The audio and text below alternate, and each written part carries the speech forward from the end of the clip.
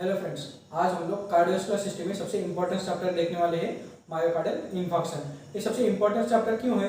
क्योंकि जो हमारे जो ओल्ड एज पेशेंट है ना, ओल्ड एज पेशेंट में सबसे ज़्यादा जो डेथ रेट है वो मायोकार्डियल इन्फार्क्शन की वजह से है।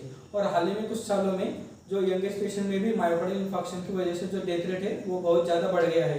इसलिए हम लोग को फ्रेंड्स उसके जल्द से जल्द उसको ट्रीटमेंट डायग्नोसिस करके उसका ट्रीटमेंट करना बहुत जरूरी होता है, क्योंकि यह मेडिकल फील्ड में सबसे एक्सट्रीम इमरजेंसी मानी जाती है। ठीक है, इसलिए हमें अच्छी तरह से पढ़ के उसका डायग्नोसिस करके उसका ट्रीटमेंट कैसे करना है, उसका डायग्नोस्टिक क्राइटेरिया क्या है, उसके ईसीजी में कैसे कैसे चेंजेस आते हैं, पेशेंट में क्या एग्जामिन करने चाहिए, उसमें ट्रीटमेंट ओपीडी लेवल पे क्या करना है उसका, फिर ओपीडी लेवल पे ट्रीटमेंट करके उसको कार्डियोलॉजिस्ट के पास रेफर करने के बाद या आईसीयू में उसकी ट्रीटमेंट क्या देनी है, ये सब चीज़ें हम लोग धीरे धीरे देखने वाले हैं फ्रेंड्स। ठीक है, इसलिए वो मायोकार्डियल इन्फार्क्शन को हम लोग जनरल हमारे लैंग्वेज में हार्ट अटैक भी बोलते हैं और कई बार हम लोग मेडिकल लैंग्वेज में इसको एमआई बोलते हैं। ठीक है, आज हम लोग देखते हैं मायोकार्डियल इन्फार्क्शन। ठीक है फ्रेंड्स, इन्फार्क्शन मतलब क्या है? ये मायोकार्डियल इन्फार्क्शन मतलब क्या है? Death of myocardial cell. ठीक है, मायोकार्डियल इन्फार्क्शन मतलब क्या है? Death of myocardial cell. ठीक है, बोलो मेरे पीछे। मायोकार्डियल इन्फार्क्शन में डेथ ऑफ मायोकार्डियल सेल। ठीक है, फिर ये मायोकार्डियल इन्फार्क्शन कैसे होता है? ठीक है, मायोकार्डियल इन्फार्क्शन कैसे होता है? फिर myocardial infarction results from thrombotic occlusion of the coronary artery. Thrombotic occlusion मतलब क्या होता है? कोरोनरी आर्टरी में थ्रोम्बस अटक जाता है। ठीक है, कोरोनरी आर्टरी में थ्रोम्बस आ जाता है, थ्रोम्बस तैयार होता है। Myocardial infarction results from thrombotic occlusion और prolong spasm of the coronary artery. ठीक है, और sometimes prolong spasm of infarcted related blood vessel. Infarct related blood vessel मतलब कोरोनरी आर्टरी का रहता है। ये कैसे थ्रोम्बोटिक ऑक्लूजन कैसे होता है? हम लोग जरा सा पैथोफिजियोलॉजी देख लेते हैं इसकी। ठीक है, ये थ्रोम्बोटिक ऑक्लूजन कैसे तैयार होता है, प्लग फॉर्मेशन कैसे होता है, इसलिए हम लोग इसके पहले सबसे पहले पैथोलॉजी देखेंगे। पैथोलॉजी देखने के बाद हमें पता चल हमें ध्यान में आएगा कि मायोकार्डियल इन्फार्क्शन तैयार कैसे होता है, मतलब मायोकार्डियल इन्फार्क्शन होता क्या है।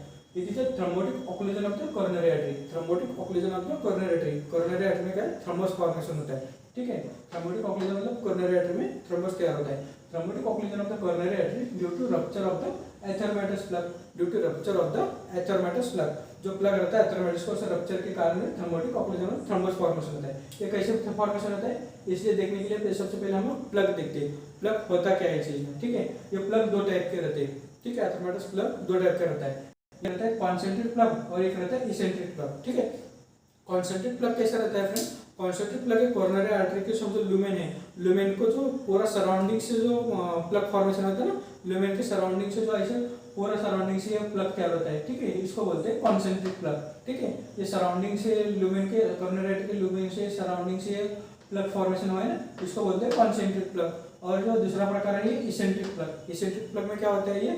ये कोरोनरी आर्टरी के लुमेन के एक ही साइड में प्लग फॉर्मेशन हो रहा है ना, एक ही फॉर्मेशन में एक ही साइड में तैयार हो रहा है, इसे बोलते हैं eccentric plug. And eccentric plug are सबसे मोर डेंजरस रहता है। ठीक है, eccentric plug are more dangerous than concentric plug, क्योंकि जो हमारा जो डायस्टोलिक बीपी बढ़ जाता है ना, डायस्टोलिक बीपी बढ़ जाने के बाद ये eccentric plug are more tends to dislocate. ठीक है, eccentric plug more tends to dislocate. जरा सा हम लोग डायग्रामेटिक देख लेते हैं इसको जरा सा। ठीक है, समझिए हमारे कोरोनरी आर्टरी की लुमेन है और ये हमारी कोरोनरी आर्टरी। ठीक है, कोरोनरी आर्टरी में समझो हमने अभी देखा कि कॉन्सेंट्रिक प्लग कैसे रहता है, ये ऑल ओवर सराउंडिंग से जो प्लग फॉर्मेशन है जिसको कॉन्सेंट्रिक प्लग बोलते हैं। और इसेंट्रिक प्लग क्या रहता है फ्रेंड्स?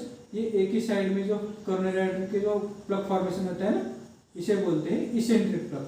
समझो डायस्टोलिक बीपी बढ़ता है, डायस्टोलिक बीपी बढ़ने के बाद इसको प्रेशर क्रिएट होता है और ये प्रेशर क्रिएट होने के बाद ये इसेंट्रिक प्लग ये निकल जाता है यहाँ से, मतलब यहाँ से डिसलोकेट होता है। ठीक है, eccentric plugs are more tends to dislocate than concentric plug. ठीक है, eccentric plugs are more tends to dislocate than concentric plug. ये प्लग है यहाँ से निकल जाने के बाद क्या होता है फ्रेंड्स? जो कोरोनरी आर्टरी की जो सब एंडोथेलियल सेल रहती है ना, कोरोनरी आर्टरी की जो सब एंडोथेलियल सेल रहती है वो एक्सपोज हो जाती है। समझिए, ये समझिए इधर समझिए इसेंट्रिक प्लग है, इसेंट्रिक प्लग सटक जाने के बाद यहाँ पे निकल जाने के बाद डिसलोकेट होने के बाद ये होता है ये सब एंडोथेलियल सेल एक्सपोज हो जाते हैं। सब एंडोथेलियल एक्सपोज हो जाने के बाद वहाँ पे क्या होता है? फिर हमारे बॉडी की नॉर्मल टेंडेंसी रहती है, वहाँ पे platelet aggregation, primary platelet aggregation होता है, सेकेंडरी प्लेटलेट एग्रीगेशन होता है। ठीक है, primary platelet aggregation, secondary platelet aggregation.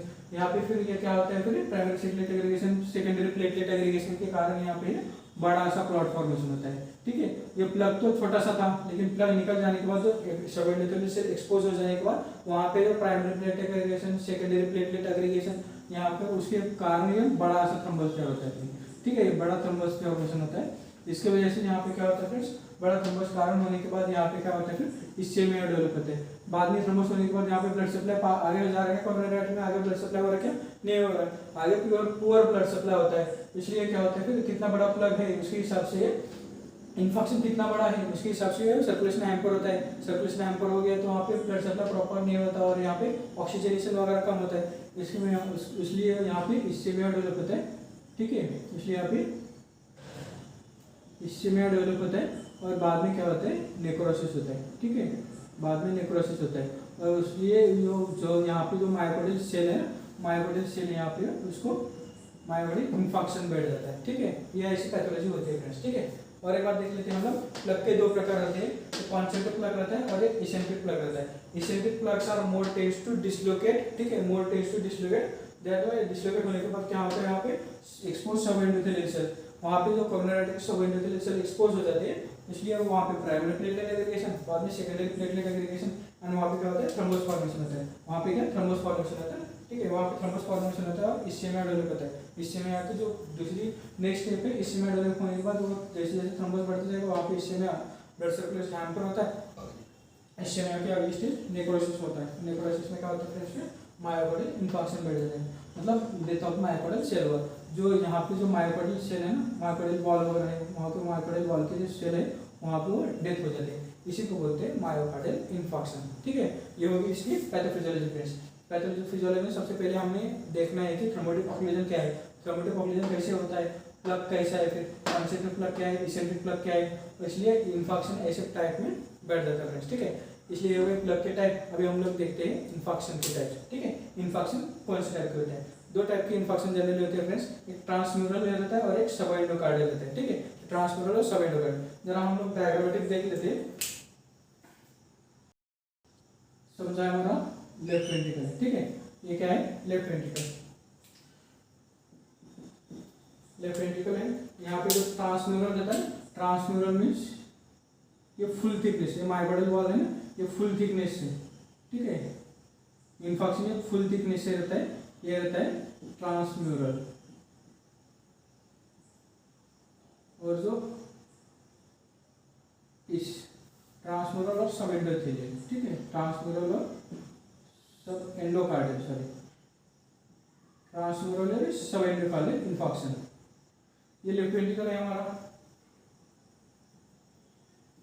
Left ventricle है। ठीक है, ये लेफ्ट वेंट्रिकल की ये मायोकार्डियल वॉल है। मायोकार्डियल वॉल में जो ट्रांसम्यूरल टाइप ऑफ एमआई रहते हैं ना, ट्रांसम्यूरल टाइप ऑफ एमआई ये कैसे फुल थिकनेस ऑफ एमआई रहते हैं। ट्रांसम्यूरल कैसे रहते हैं, फुल थिकनेस रहता है। जो मायोकार्डियल वॉल की पूरा थिकनेस, मतलब पूरा वॉल में ये इन्फेक्शन बैठ जाता है, इसको बोलते हैं ट्रांसम्यूरल। मतलब 90 to 95% मायोकार्डियल उसको वॉल को फुल थिकनेस ये इन्फेक्शन बैठ जाता है, इसको बोलते हैं transmural type of MI.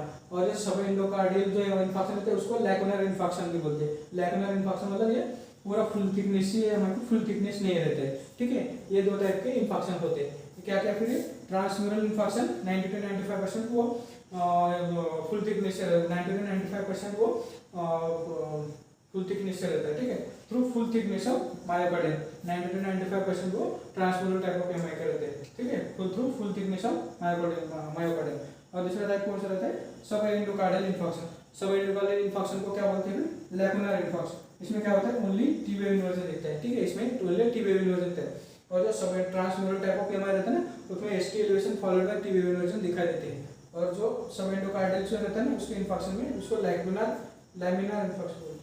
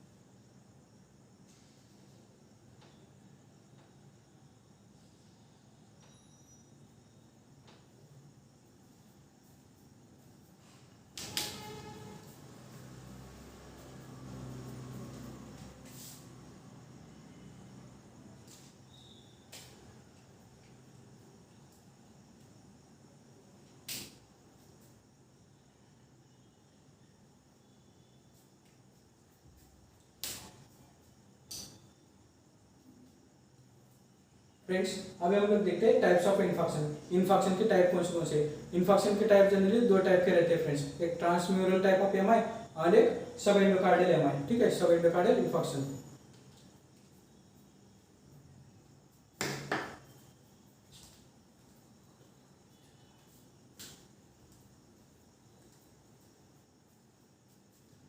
Friends अभी हम लोग इन्फॉक्शन के टाइप्स ऑफ इन्फॉक्शन देख लेते हैं। इन्फॉक्शन के दो टाइप रहते हैं जनरली। ठीक है, एक ट्रांसम्यूरल टाइप ऑफ रहता है इन्फॉक्शन और दूसरा सब एंडोकार्डियल इन्फॉक्शन रहता है। जरा सा हम लोग डायग्रामेटिक देख लेते हैं कि ये कौन से टाइप्स ऑफ इन्फॉक्शन के टाइप्स कैसे। ठीक है, ये समझो हमारा लेफ्ट वेंट्रिकल है। ठीक है, ये हमारा क्या है, लेफ्ट वेंट्रिकल।